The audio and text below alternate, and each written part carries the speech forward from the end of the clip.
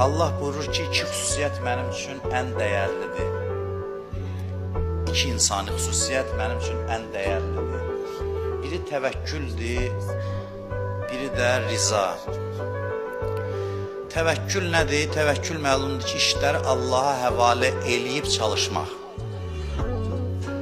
İşləri Allaha həvalə eləyib oturmaq yox. Çalışmaq, nəticəni Allaha həvalə eləmək. Buna deyirlər təvəkkül.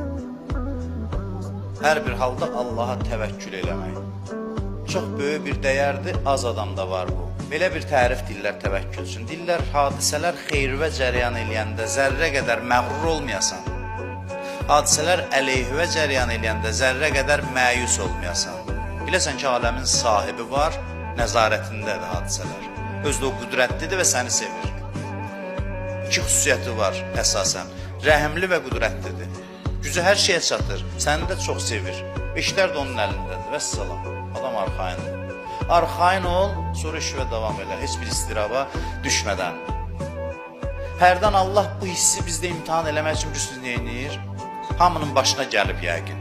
Gəlməyibsə gələcək. Qabaqcadan deyirəm ki, qorxmayasınız. Gənclərə deyirəm. Hərdən belə bir şey olur ki, Allah məngəniyə salır.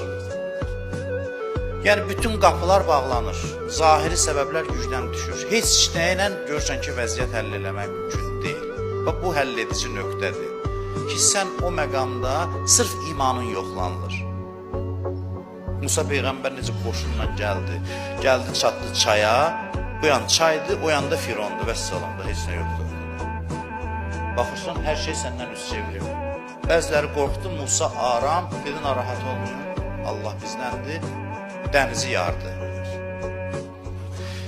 Həyatda bu hadisələr olur. Hadisələrin hər biri sənin əleyhivə cəryan edir. Görürsən ki, heç bir sağa sola addım ata bilmirsən. Hər şey sənin əleyhivədir. Orada sən aram ola bilsən. İlahi, sən varsan, məni görürsən. Bu məqamda Allahın nüsrəti köməyə gəlir. Bu halda insan olarsan.